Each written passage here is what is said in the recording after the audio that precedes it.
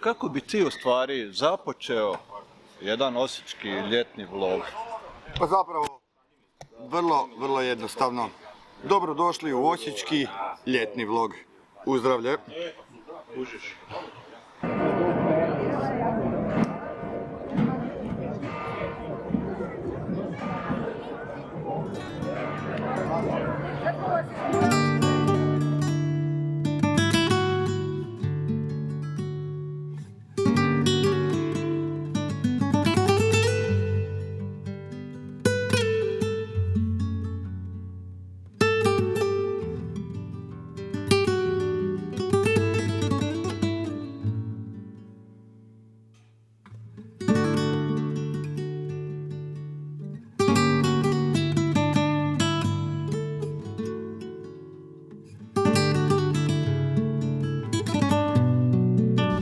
Dakle, kao što je Tin rekao, dobrodošli u osječki ljetni vlog, prvi dio u stvari, dosta se toga izdogađalo, ali ljeto i dalje naravno traje, pa će biti i drugi dio.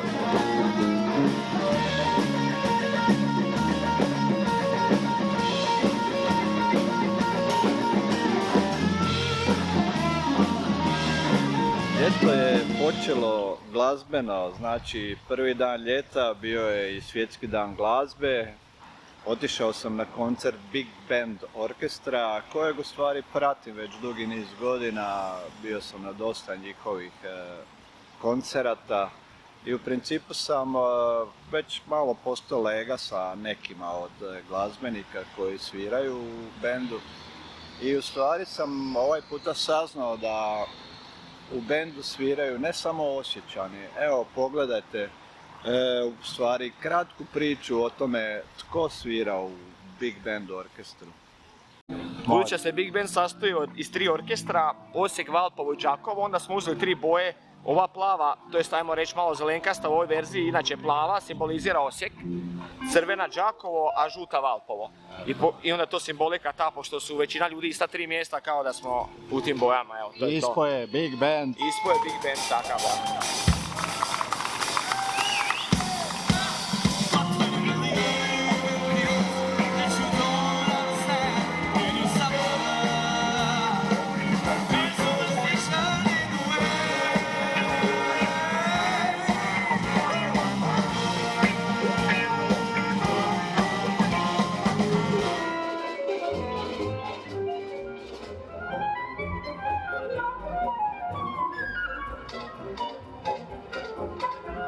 Kako bi ljeto bilo da nema Oljka, osječkog ljeta kulture, koje je otvoreno na pomalo, ne svakidašnji način. Evo, pogledajte kako je bilo na otvorenju osječkog ljeta kulture 2026.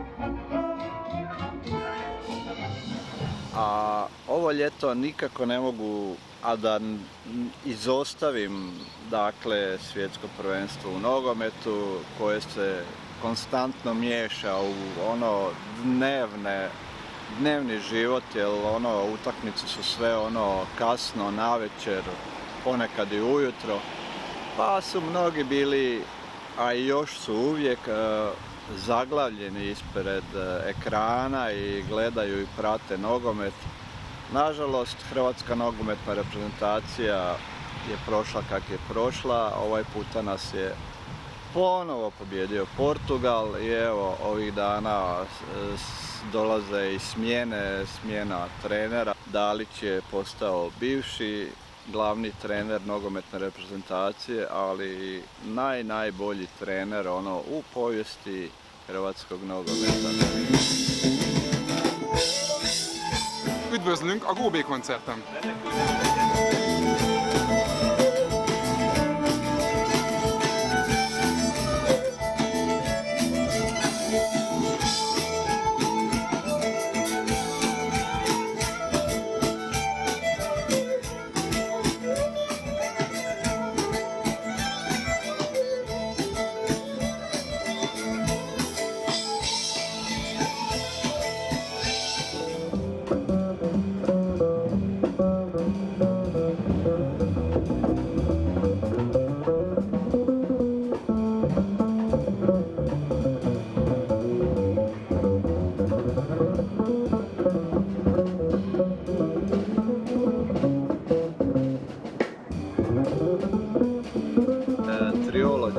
dakle malo džeza za kraj. Pogledao sam i onako poslušao malo džeza. I eto, otprilike je to za ovaj početak osječkog ljeta. Biće još puno događanja. Evo ovaj vikend već ponovo dolazi vino u parkove. Ali što reći, opet da se vratim na nogomet, evo nismo ovaj puta došli do neke medalje na svjetskom prvenstvu, ali vjerujem da će neke nove generacije ponovo vidjeti i ponovo slaviti, veseliti se, jer mi smo ipak Hrvati, pa znamo kako igrati nogomet, znamo kako se baviti sportom, svim sportovima. I eto, to bi bilo to za kraj, idemo dalje sa ljetom i vidimo se u sljedećem videu koji stiže, vjerujem, čak poslije ovih vinskih događanja i još par manjih događanja.